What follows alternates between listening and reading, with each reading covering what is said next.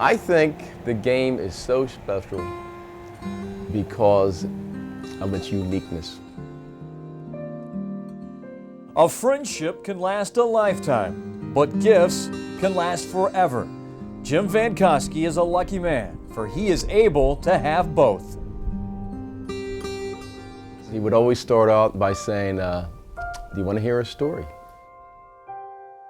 And this story begins with the love for a game. You play thousands and thousands of games, and you'll see something happen that you've never seen happen before. It's just a wonderful game, and I think it's the only game. A game that can stay with you for a long, long time, with the help of the many friends you find along the way. Our friendship was an evolutionary process. His friend was from another era. He played for the original Washington Senators, a 2-time batting champ, a 7-time All-Star, a Major League Baseball player from the gritty town of Marcus Hook, Pennsylvania, and one heck of a guy. Mickey Vernon was just the most outstanding individual I've ever met in my entire life. Mickey Vernon, the gentleman first baseman, was Vankoski's friend for 4 decades. Soft-spoken, Vernon was always generous with his time, and though he had a gift for baseball, he always had time for his friend Jim. He's just such a fun person to be around, and he's just a special human being. In the later years of Vernon's life, Vankoski was always there to give a ride or just to talk, because that's what friends do, and Vankoski enjoyed every minute of it. It wasn't until his good friend was gone that he realized just how special those times were for Mickey as well. And for that, Mickey did what good friends do, and he had one last gift to give. That's a tight squeeze. It's one of the most unique pieces of baseball memorabilia in existence, as far as I'm concerned.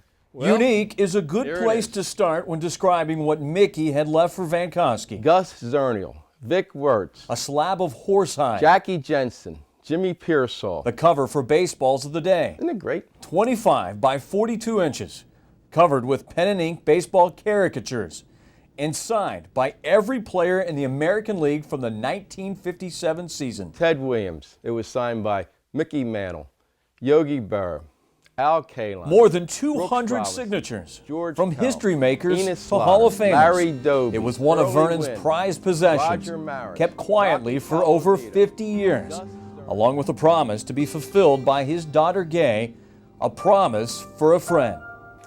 And she says, Jim, I want you to have this.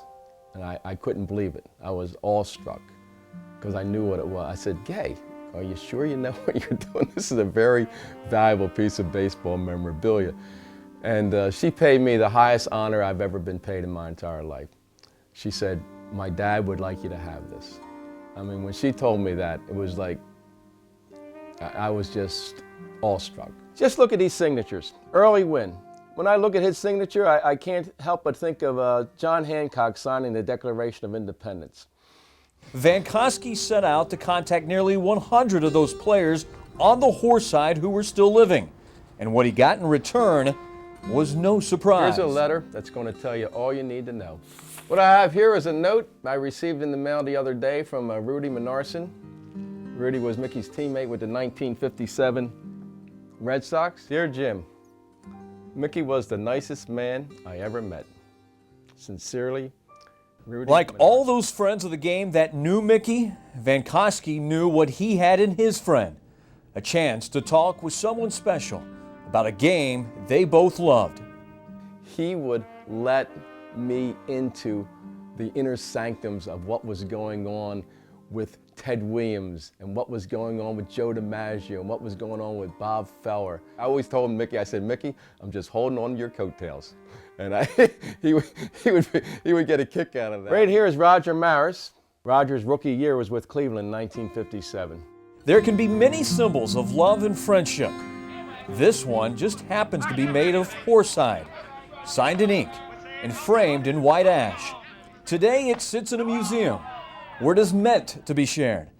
Like a good friend who has a good story to tell, Vankoski knows that his friend Mickey would have wanted it that way. I would consider my friendship with Mickey Vernon to be It's just such a special gift that I certainly will cherish every single day that I'm alive.